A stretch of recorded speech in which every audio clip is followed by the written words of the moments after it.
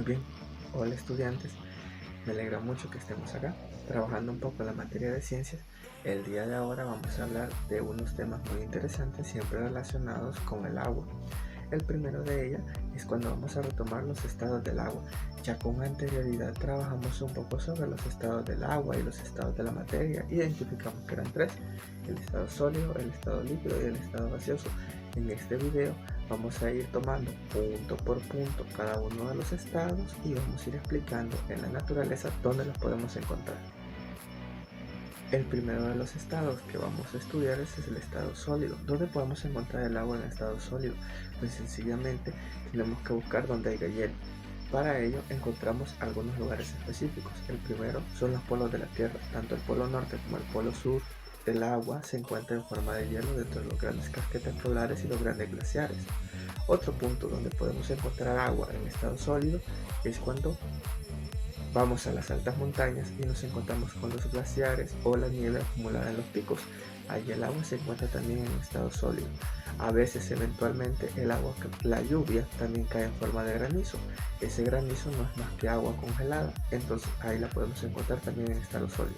Recordemos que el estado sólido del agua no es más que el agua en otra forma dependiendo de la temperatura a la cual ésta se encuentra. El segundo estado que vamos a estudiar en este video es el estado líquido. Este es el más común, es el que estamos habituados a ver el agua. El estado líquido del agua la podemos encontrar en los siguientes lugares. Primero, en los océanos, en los ríos, lagos, lagunas y mares. También en los mantos acuíferos. Todo el agua que tenemos a la disposición, que podemos encontrar y que podemos evidenciar, la encontramos en estado líquido. El agua lluvia también está en estado líquido. El estado líquido es el más común de todo el agua y es uno de los más importantes. También es el principal elemento y el principal detonante para el ciclo del agua, que vamos a estudiar un poquito más adelante en este video. El último estado que vamos a ver es el estado gaseoso. El estado gaseoso es el agua en su forma de vapor. Es uno de los menos perceptibles, pero que sin embargo está bien cerca de nosotros si lo vemos a diario. El vapor de agua se encuentra en los océanos cuando el agua se está vaporizando por efecto del calor y de los rayos del sol. También eventualmente en algunos ausoles, cuando los mantos acuíferos son calentados por el magma, emiten vapor de agua. Y todo ese vapor va a un único lugar, a la atmósfera. En la atmósfera el vapor de agua lo podemos evidenciar en forma de nubes. Todas las nubes están formadas por vapor de agua y otros elementos que están en la atmósfera, pero principalmente por vapor de agua. Así que la próxima vez que veas una nube, piensa que es vapor de agua. Una vez que hemos entendido los tres estados en los cuales podemos encontrar la materia y principalmente el agua, que es el objeto de estudio de esta unidad, vamos a hablar de un ciclo muy importante. Se llama el ciclo del agua. ¿Qué es eso del ciclo del agua? Primero, lo llamamos ciclo porque es repetitivo, sigue un orden y no se ha alterado en millones de años. Y tiene ciertas etapas que vamos a ir discutiendo paso a paso en los siguientes apartados. La primera etapa del ciclo del agua es la vaporización. La vaporización se da en los océanos, cuando el agua de los océanos, de los ríos y de algunos lagos o mares algo extensos, se calienta por efecto de los rayos del sol y ésta se convierte en vapor de agua. Ese vapor se acumula en la atmósfera y forma nubes, que ya los mencionamos antes cuando hablamos de los estados del agua. Entonces la vaporización es el primer paso. Nuestra agua se convierte en vapor y se acumula en la atmósfera en forma de nubes. El segundo o la segunda etapa dentro del ciclo del agua es la condensación. ¿Qué es la condensación? Pensemos, y si tenemos idea de qué es la condensación, pues vayámosla dejándolo en los comentarios, en la caja de comentarios, para ir viendo qué es eso de la condensación y qué ideas tenemos. La condensación no es más que el vapor de agua cuando se está juntando. Esto se hace por medio del viento. El viento junta las moléculas de vapor de agua en un solo lugar, en una nube. Esa nube es empujada hacia la tierra o hacia donde existe tierra.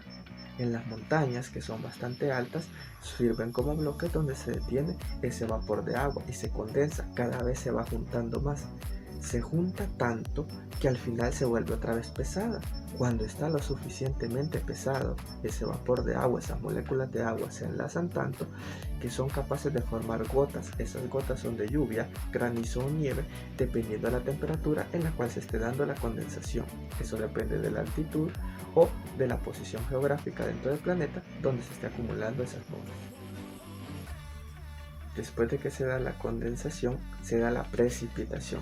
La precipitación no es más que la lluvia, granizo o nieve cayendo y acumulándose sobre la Tierra. Si se acumula sobre los picos de las montañas, probablemente se esté generando nieve o glaciares. Si caen en las laderas por medio de la lluvia, esto es muy importante porque termina en drenajes naturales. Esos drenajes naturales pueden ser lagos, lagunas o ríos. Si se acumulan los lagos y las lagunas, hacen que estos crezcan y alimenten los mantos acuíferos, generando así nueva vida. Las plantas se revitalizan, las plantas se alimentan a los herbívoros a los carnívoros y entran en un ciclo de vida que lo estudiaremos más adelante. Pero si el agua de la lluvia se acumula en los ríos, estos ríos la llevan de nuevo al océano. En el océano se reabastece del agua, se vuelve a vaporizar y empieza otra vez el ciclo. Por eso es un ciclo. El agua llega a las montañas, cae en forma de lluvia, pasa por los ríos, llega al océano, del océano se vaporiza, sube de nuevo al cielo, cae en forma de lluvia y no se ha interrumpido. Desde que el ciclo del agua inició hace millones de años con la primera vaporización y condensación de agua, no se ha detenido ni se detendrá.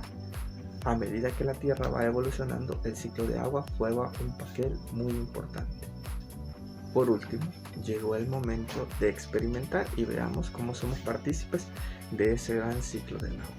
Para ello, vamos a hacer un experimento muy sencillo, pero que requerirá un poco de tiempo. Pero tenemos que tener siempre a la mano algunos materiales. Veamos qué materiales vamos a necesitar. Para este experimento vamos a necesitar una taza, agua y 2 platos hondos. Procuremos que los platos sean similares y la taza sea única. ¿Qué proceso vamos a seguir? Pues va a ser muy sencillo. Con nuestra taza vamos a medir 2 tazas de agua. Vamos a tomar una taza y la pondremos en nuestro plato, que será nuestro plato número 1. Luego agarramos más agua y la colocamos en el plato número 2. Ambas medidas deben ser iguales, debemos usar la misma taza y procurar que llegue al mismo nivel. Luego tomamos el plato número 1 y lo vamos a colocar en un lugar donde esté muy soleado, de preferencia un día que veamos que va a ser sol todo el día o que el sol se esté muy fuerte. También procuremos que el experimento empiece tipo 8 de la mañana y que los rayos del sol ya le empiecen a dar. El siguiente plato lo vamos a colocar en casa donde no le dé el sol. Vamos a esperar para este experimento que pasen unas 4 horas. Eso quiere decir que si empezamos nuestro experimento tipo 8 de la mañana, lo estaremos terminando como a las 12. Si en nuestra casa el sol no da tan temprano, coloquémoslo cuando empiece a dar el sol y contemos 4 horas. Y que la exposición del plato sea lo más abierta posible. Tratemos de que no haya ningún árbol que lo obstruya. Una vez pasadas las 4 horas, vamos a verificar qué ha sucedido con el agua del plato número 1. ¿Cómo vamos a hacer eso? Vamos a empezar a medir. Tomaremos el agua del plato que esté en casa y lo echaremos de nuevo en la taza y vamos a ver a qué nivel ha llegado. Si podemos marcarla sería muy importante. Luego vaciamos el agua y colocaremos la que está dentro del plato que estaba fuera de casa. Verifiquemos si el nivel es el mismo o no es el mismo y nos preguntamos, ¿qué pasó con el agua? Respondamos esa pregunta en los comentarios. ¿Qué pasó con el agua? ¿Qué temperatura tenía el agua que estaba afuera y qué temperatura la que tenía el viento? ¿Era la misma? ¿Se percibían igual? ¿Qué características? ¿El plato tenía alguna peculiaridad en el contorno? Seamos muy observadores entre comparar cómo estaba el plato de fuera y el plato de adentro y principalmente el agua. ¿Qué características tenía? ¿Qué color tenía? ¿Qué temperatura? Usemos nuestras manos para ver las temperaturas del agua, tanto la de fuera y la de adentro, y pensemos hacia dónde se fue el agua, qué le pasó y a qué se debe. Y luego que hagamos el experimento, compartámoslo con los compañeros, veamos las opiniones, qué pasó en cada uno y luego elaboremos una linda conclusión después de que todos compartamos nuestro aprendizaje.